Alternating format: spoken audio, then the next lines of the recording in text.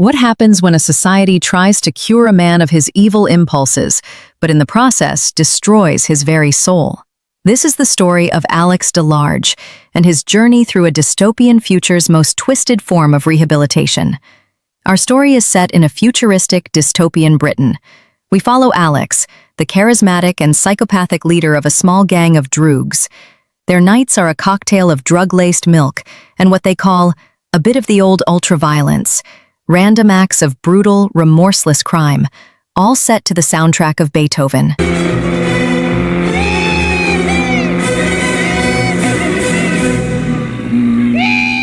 After a particularly brutal home invasion, Alex is betrayed by his own gang and captured by the police.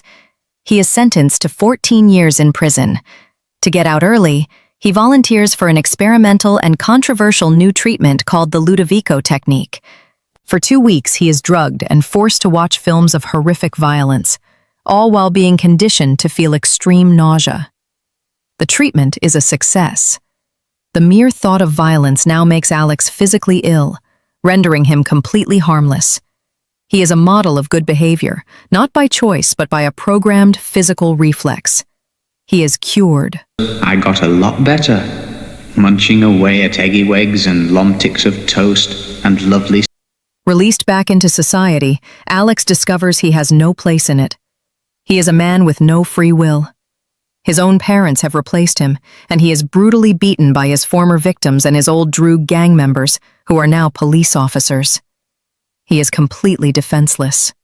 His journey leads him to the home of a political writer, a man whose wife was a victim of Alex's original crime spree.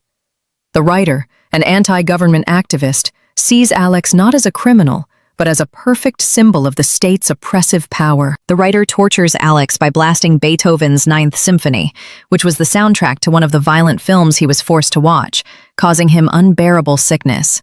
Driven to madness, Alex attempts to take his own life by jumping from a window.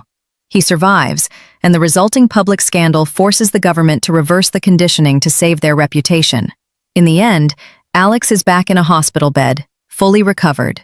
The government pampers him, and as he listens to Beethoven, he begins to once again have his old, violent fantasies. He looks at the camera and declares, "I was cured all right." And that's the entire story. A deeply disturbing masterpiece that asks a terrifying question. Is it better to be a monster by choice or a saint by force? What do you think? Let us know in the comments. Thanks for watching TLDR Verse. If you want more summaries of your favorite movies and books, be sure to subscribe so you don't miss the next one. We'll see you in the comments.